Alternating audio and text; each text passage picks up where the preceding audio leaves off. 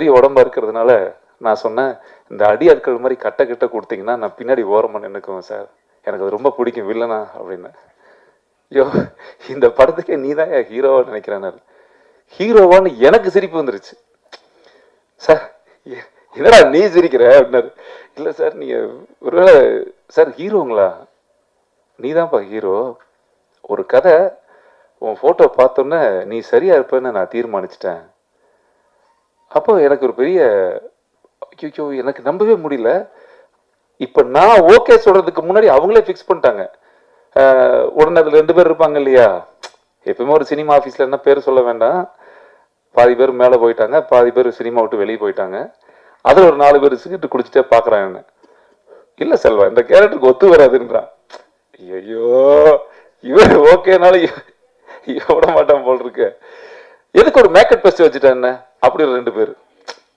அப்புறம் மத்தியானம் கேமராலாம் கொண்டு வந்துட்டாங்க, நான் அங்கேயே நிற்கிறேன்.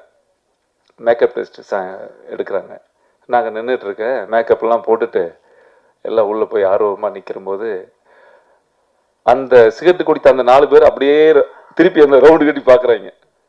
இந்த கேரக்டருக்கு பார்த்திபன் சார் தான் சரியா இருப்பார். நான் ஏற்கனவே சொன்னேன், ஏன் ரிஸ்க் எடுக்கிறாரு செல்வமணி? இல்லை இல்லை இன்னொருத்தவரான் மேக்கப் போடும்போது, ஆக்சுவலாக சரத்குமார் சார் தான் அடிக்கடி பார்த்துட்டு போகிறாரு சார், அவர் கன்ஃபார்ம் தான். அப்படியா? அவங்கெல்லாம் நடிக்க வேண்டிய வேஷமா எனக்கு சொல்கிறாரு. சீச்சி அது இருக்காது.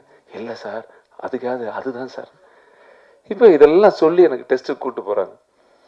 போய் நிற்கும் போது என்னை சுற்றி அந்த சிகரெட் குடிச்ச அந்த 8 வில்லன் ஆல்ரெடி கன்ஃபார்ம். நான் வரவே கூடாதுங்கிறது உறுதியாக இருக்காங்க, ஜெயிச்சிடவே கூடாது. அதில் கேமராமேன் நம்ம பன்னீர்செல்வன், அவன் தாடி ஆட்டோவில் லேட்டாக ஃபாஸ்ட்டாக வந்துட்டார். Ready ready Selva, sorry late ஆயிடுச்சு. அவர் என்ன கூட பார்க்கல, வந்து கேமராலாம் வச்சுட்டு ரெடி, யார் யார் ஆர்டிஸ்ட்டுமா அந்த மார்க் அங்கே கொடுத்துரு அப்படின்ட்டு வர சொல்லு அப்படின்னு. அவர் என்ன ஃபேஸே பார்க்கல சார். நான் பாட்டுக்கு வந்து நின்னேன், குனிஞ்சிட்டு பார்த்தாரு. கொஞ்சம் கீழே குனிமா, கீழே குனிஞ்சேன். என்ன பாரு கேமரா பாரு பார்த்தாரு. எனக்கு நான் இது கருக்குனுச்சு.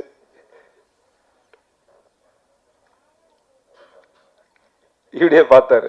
இந்த சிகரெட் கட் பண்ண கவுண்டர் க்ளோஸ் அந்த 8 பேரும்